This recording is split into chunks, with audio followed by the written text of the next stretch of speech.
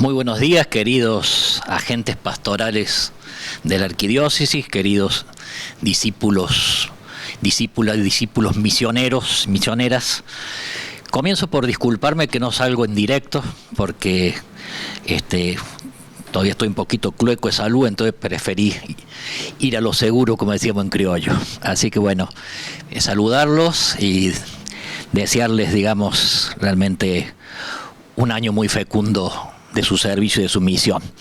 El otro día le decía a las catequistas, en la reunión de catequistas, en el retiro de catequistas, que ser testigo de su belleza, ¿no? Esta expresión de la belleza del Señor, de la belleza del encuentro con el Señor, a mí me parece una de las definiciones más lindas, más justas y también más exigentes de lo que debe ser un cristiano hoy, por lo tanto, particularmente un agente pastoral, un discípulo misionero. El Papa Francisco nos recuerda que nuestra misión, dice en Evangelii Gaudium, no es una parte de mi vida, no es un adorno que yo me puedo poner o quitar, no es un apéndice, no es un momento más de la existencia, sino que es algo que yo no puedo arrancar de mi ser si no quiero destruirme. Y el Papa usa esta expresión, yo soy una misión, ¿no? En esta tierra, dice, no, uno puede decir se equivocó de verbo, debería decir yo tengo una misión, y sin embargo no. El Papa dice yo soy una misión en esta tierra y para esto estoy en este mundo.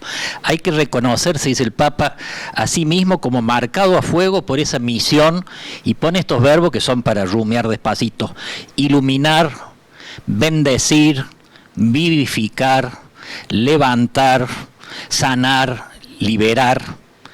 Porque en esa medida ahí aparece la enfermera del alma, el docente de alma, el catequista, la catequista de alma, el agente pastoral de alma, digamos, ¿no?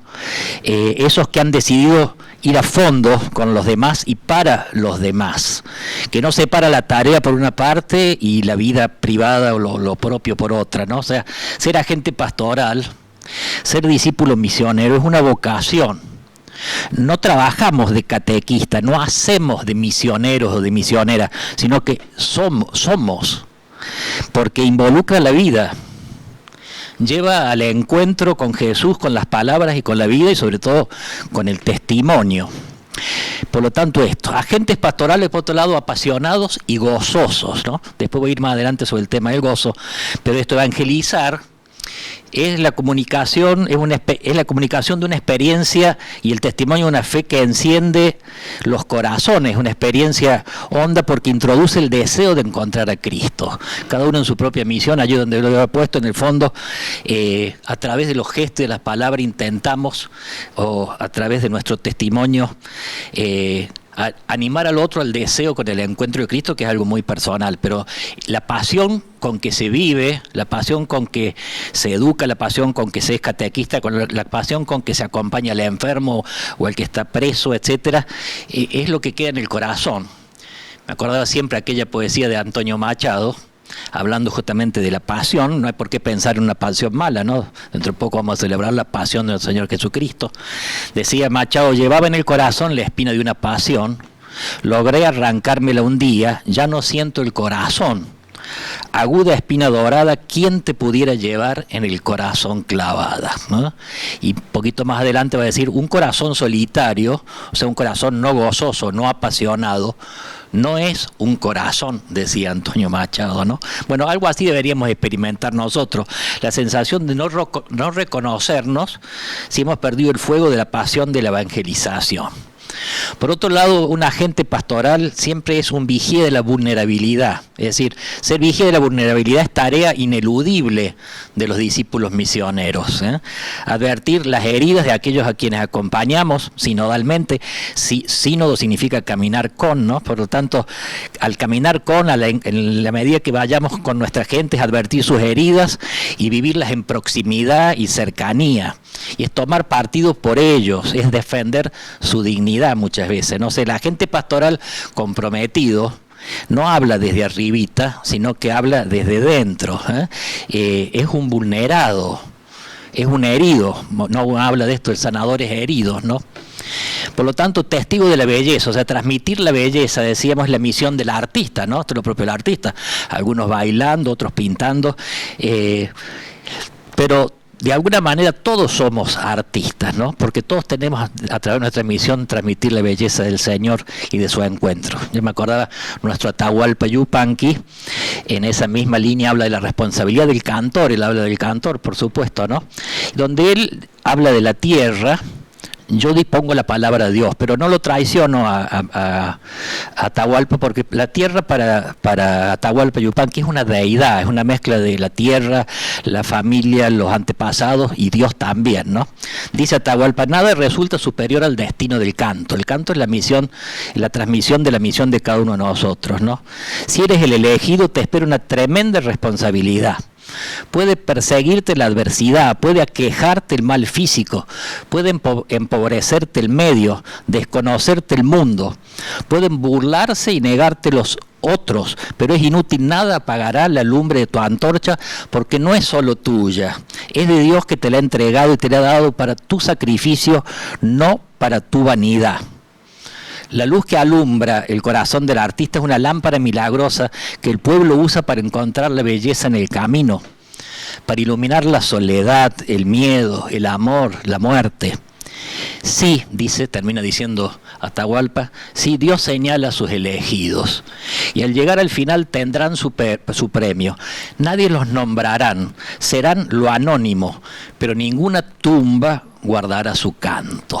¿Ah? De alguna manera la transmisión de ese canto que es nuestro servicio es lo que digamos ninguna tumba podrá guardar, sino que queda floreciendo, queda germinando en el corazón de aquellos que Dios puso a lo nuestro, como tantas veces nosotros en nuestro corazón llevamos lo recibido de tanta gente linda, ¿no?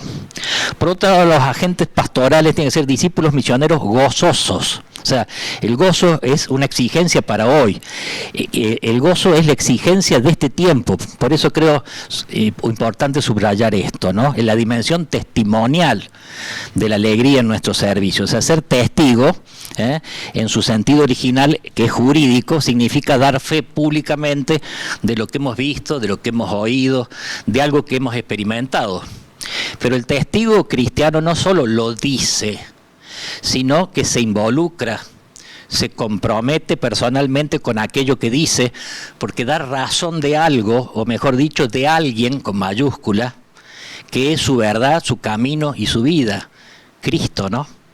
Y no se limita a dar testimonio, sino que lo hace con su vida, ¿sí? Lo anunciado se palpa en su familia, en su comunidad, en su trabajo, sus gestos, su alegría, su serenidad en el dolor y la prueba, su modo de amar, su capacidad de perdonar, su respeto por las personas, su caridad con los pobres, su oración personal y litúrgica, son su testimonio de que Cristo ha resucitado y que vive por obra del Espíritu en el corazón de los hombres y de la Iglesia. O sea, el testimonio, para que sea cristiano, le es esencial el gozo. El gozo no es un privilegio, no es una yapa, no es una opción, es necesidad y es obligación, es el vehículo esencial del anuncio, es el elemento que seduce, que interpela, que le da credibilidad al mensaje. Provoca en el que escucha la convicción de que este anuncio, por lo que se ve en el rostro y en los gestos del que me lo anuncia, vale la pena, es efectivo, es realmente buena noticia. Ese gozo vivido y anunciado gesta un estilo gozoso que es el estilo de Jesús. Llama la atención, interesante ahora que estamos cerca de Semana Santa, cuando uno lee los relatos de la resurrección, cuánto le costó al Señor consolar a sus discípulos, sacarlos de su tristeza, animarlos al anuncio gozoso de la resurrección. No por nada se dice que Cristo fue tan paciente en su vía crucis y quizás todavía más después de su resurrección. Dice cuando durante 40 días salió a buscar personalmente a cada uno de los discípulos, ¿no? O sea, con cada uno, remarca por allí el cardenal Martini, tuvo una pedagogía particular de acuerdo a las circunstancias, al modo de ser de cada uno. Fíjense, a Magdalena la afectiva, nombrándola con ternura, a Juan el intuitivo a través de la piedra corrida y la sobreabundancia de la pesca, También le envía a Juan para que le diga, a Pedro en su lentitud, le dejó las vendas y el sudario doblado, lo hizo participar de la pesca milagrosa, se le envió a Juan para que le diga Pedro es el Señor cuando están en la barca, le preparó aquel delicado desayuno y después lo llamó aparte para conversar, ¿no? Tenía que hacer que aquel hombre herido por aquel triple no que le había dado en la traición se pudiese curar ahora con un triple sí, ¿eh? Señor, tú lo sabes todo, tú sabes que te amo. O sea, a los discípulos muertos de miedo también se les manifiesta vulnerando sus puertas cerradas y pacificándolos. Con los discípulos de Maús va a tener que caminar unos cuantos kilómetros para irles calentando el corazón, para que finalmente lo reconozcan al partir el pan.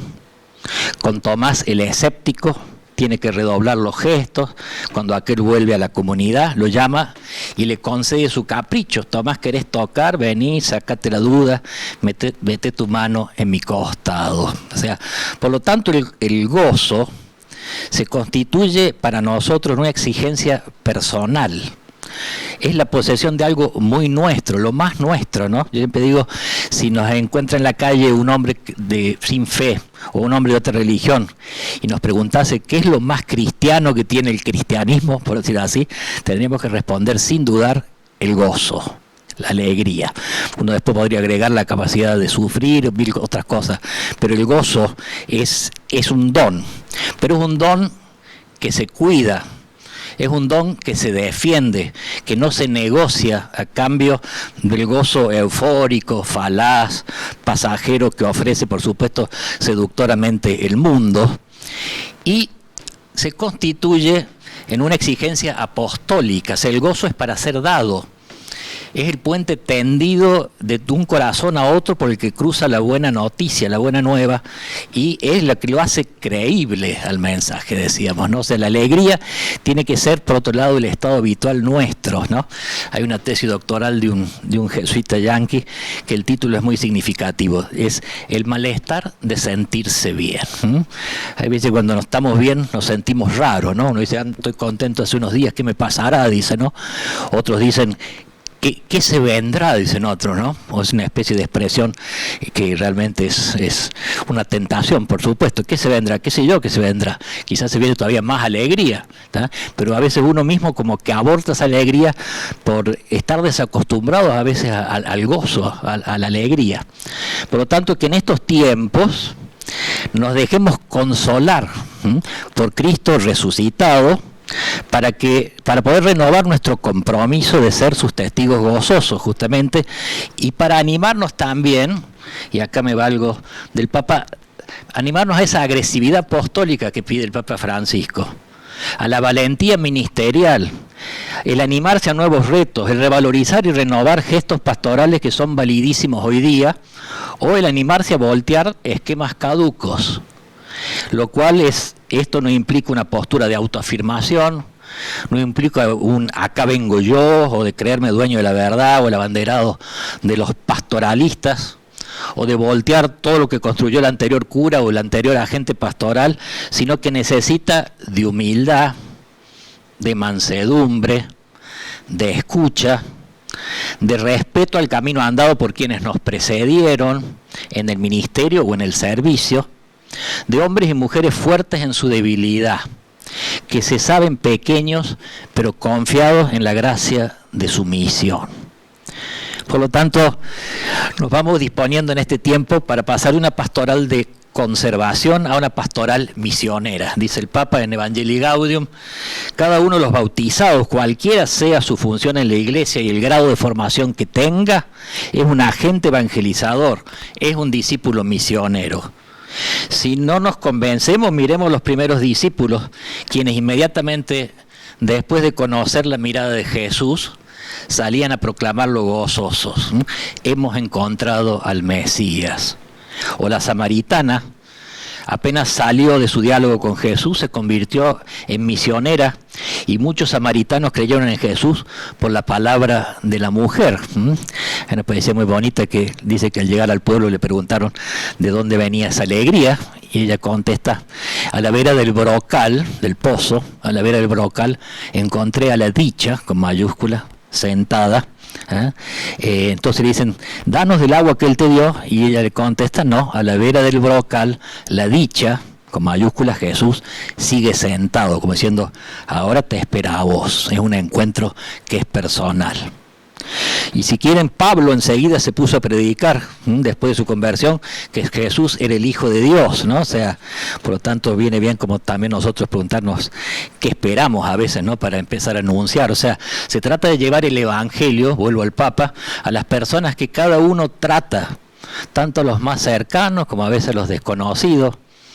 A veces se expresa de manera más directa, otra vez a través de un testimonio personal, de un relato, de un gesto, o de la forma que el mismo Espíritu pueda suscitar en una circunstancia concreta. Esto que el Padre Basara nos decía, ¿no? El poder compartir con la gente, el caminar con, respetando, dando y recibiendo el Evangelio a través de formas a veces muy misteriosas, no siempre bajo las formas formales que uno supone, sino a veces por caminos y a través de personas, digamos, que son muy sorprendentes, ¿no? En fin, habrá que convencerse que es tiempo de salir a la calle, en salida, como dice el Papa, de dar un salto y aprender, dice Dolores Alexandre, del Maestro a ponernos en camino hacia los otros, de salir de las sacristías y de los salones VIP, decía el Papa, de ir a la gente y no ir a lo cruzado, no ir con indiscreciones apostólicas ridículas, no ir con mensajes apocalípticos, no a salvar a los perdidos o a conquistarlos para mi grupito, pero sí a llevar una palabra de aliento, a escuchar, a consolar, a acompañar, a tender manos, a discurrir cómo incluir, cómo incorporar, cómo tejer redes, a sentarnos con otros en la mesa de la vida, a llevar la buena noticia a los pobres, a facilitar en definitiva el encuentro con el Señor, ¿no? Fíjense, estamos en tiempo sinodal, decimos, y sinodalidad implica justamente esto, ¿no? Implica caminar juntos. Por lo tanto, caminos de encuentro que la Iglesia y nuestra parroquia, y nuestras escuelas, y nuestros hospitales, y nuestros ámbitos, sea un refugio, sean un lugar de encuentro y no de destierro. Todos en medio de la hostilidad, no hace falta que uno lo explique mucho, ¿no? Y de la despersonalización de las relaciones, andamos buscando siempre un lugar en el que sentirnos aceptados incondicionalmente, pues solo ahí uno recupera la confianza y pierde los miedos, un lugar donde uno pueda convalecer y curar de sus heridas, ¿no? O sea, la experiencia del encuentro, de que alguien nos busca o que alguien nos espera, nos hace sentir seguros y a salvo, nos hace sentir en casa, que es lo que necesitamos, ¿no? Fíjense, así describe el Apocalipsis el gran encuentro con el Señor. Dice, ellos serán su pueblo y Dios mismo estará con ellos y Él les enjugará las lágrimas de los ojos, ¿no? Una expresión hermosa, los sentará a la mesa, les servirá, les secará las lágrimas de los ojos. O sea, más allá de nuestra sensación de intemperie, esta es la buena noticia cuya sombra podemos vivir. Y cuando el Señor venga a encontrarnos, nos hará recostar a la mesa y nos irá sirviendo, como decíamos recién, y lo dice ahí Lucas, ¿no?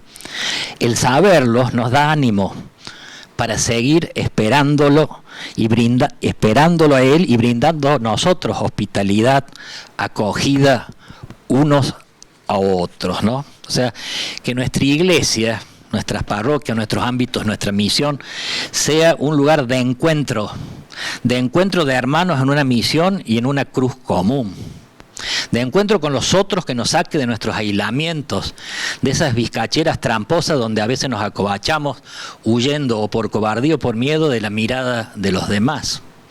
Encuentro de senderos nuevos, cuando la niebla del dolor no nos deja ver por dónde hay que seguir o nos hace creer mentirosamente que no hay salida. Encuentro de ricos y pobres, de jóvenes y de viejos, dicho cariñosamente. Encuentro de abrazo calentito frente a la frialdad de una sociedad indiferente. Encuentro de la palabra de ternura y consuelo frente a tanta mudez o a tanto griterío estéril. Encuentro donde la lógica de la caridad, del cariño sincero rompa la lógica de la competencia. Encuentro de corazones en gratuidad, en una sociedad donde lo que une es la trenza, el comercio, cuando no, incluso el chanchullo, el yo te doy pero si vos me das, ¿no? O sea, donde todo tiene precio, desgraciadamente.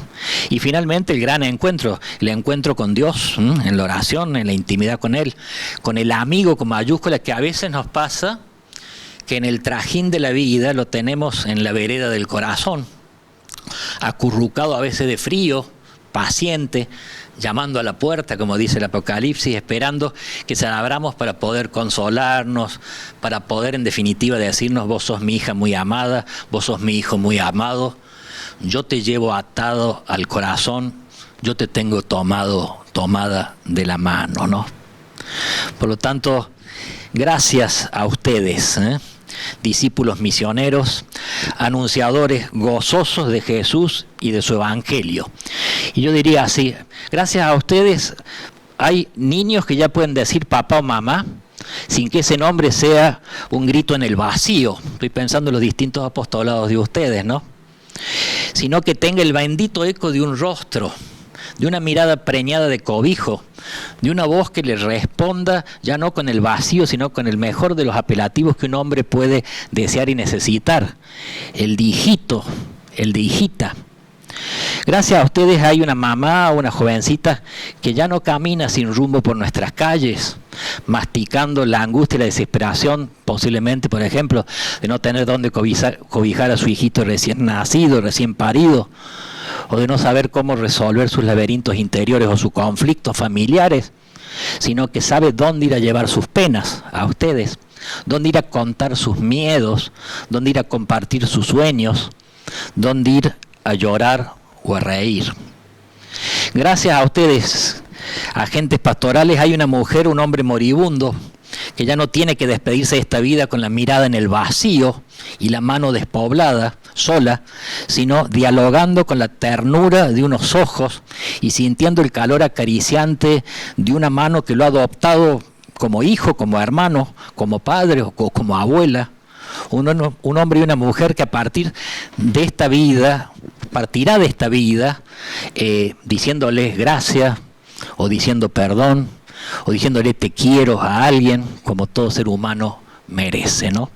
Pienso en aquellos que acompañan a moribundos, a los enfermos, a los ancianos, a los solitos, ¿no? Gracias a ustedes hay críos de nuestros pueblos, de nuestros barrios, que podrán levantarse y rumbear para el colegio o la catequesis. Algunos lo harán a caballo, caminarán leguas, o por las calles de nuestros barrios, para formarse, sobre todo para ir formando no solo, no tanto la cabecita, sino sobre todo el corazón, a través del testimonio de ustedes. Gracias a ustedes, discípulos misioneros, hay una abuelita o un abuelito condenado a soledad perpetua por la indiferencia de nuestra sociedad, para quien el tiempo ya no será un transcurrir sin sentido, sino que estará cargado de la ilusión de ese día en la semana en que posiblemente un voluntario venga a poblar su soledad con el afecto y la palabra linda, o recibe esa llamadita por teléfono que solemos decir me cambió el día, o por qué no, muchas veces me cambió la vida, ¿no? Gracias a ustedes hay un hermano nuestro en esta ciudad para quien el desamparo y la crueldad del invierno y de la calle se ha trocado, se ha cambiado en comida, en posibilidad de trabajo y sobre todo en trato digno, humano, cordial, aquel que todos imperiosamente anhelamos. Gracias a ustedes hay hombres privados de libertad y muchas veces de rostros queridos que se encontrarán con ustedes, con alguien que no viene a juzgarlo, sino que viene a acompañarlo, que le interesa de él no lo que cometió, no su delito, sino su corazón, no lo que hizo, sino lo que espera. Por lo tanto, que se animen y nos animemos, y este es el agradecimiento. Agradecerle a ustedes, sea allí donde les toca ejercer su misión, vivir su misión hondamente, gracias. Gracias porque se animaron a encontrar en el hospital, en la escuela, en la cárcel, en el geriátrico, en el aula, en la catequesis, etcétera, un espacio propicio para esa apuesta apostólica, evangélica, misionera. Gracias porque se dieron cuenta que ese corazón podía abarcar una frontera mucho más grande que la de la propia familia, el propio trabajo o la propia casa. Se dieron cuenta que más allá de su ventana hay un mundo doliente que quizás no lo voy a remediar yo, pero por el que puedo hacer algo. Quizás no todo, quizás no lo ideal, probablemente, pero sí lo posible, ¿no? Hay un dicho de un jesuita francés muy sencillo, dice, si no podemos lo ideal, hagamos lo posible, ¿no? Parece pavote el consejo, pero es significativa, porque a veces cuando no podemos hacer lo ideal, a veces no hacemos lo que podemos, ¿no? Y sobre todo, eso posible, hacerlo con mucho amor. Y recordar que sobre ese amor concreto, ese amor afectivo y efectivo, será sobre lo que seremos juzgados, como dice San Juan de la Cruz, en el atardecer de la vida, ¿no?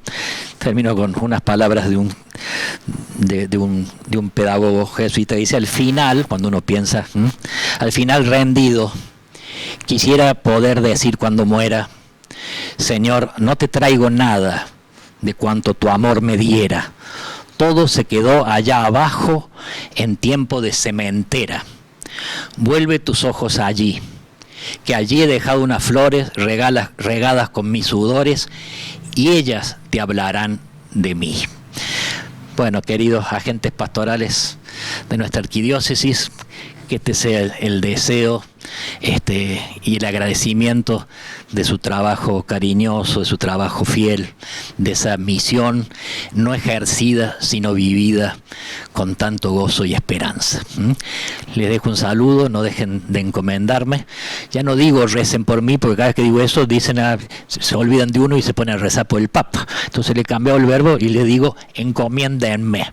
Y cuenten, por supuesto, con mi oración y con mi cariño. Que Dios los bendiga.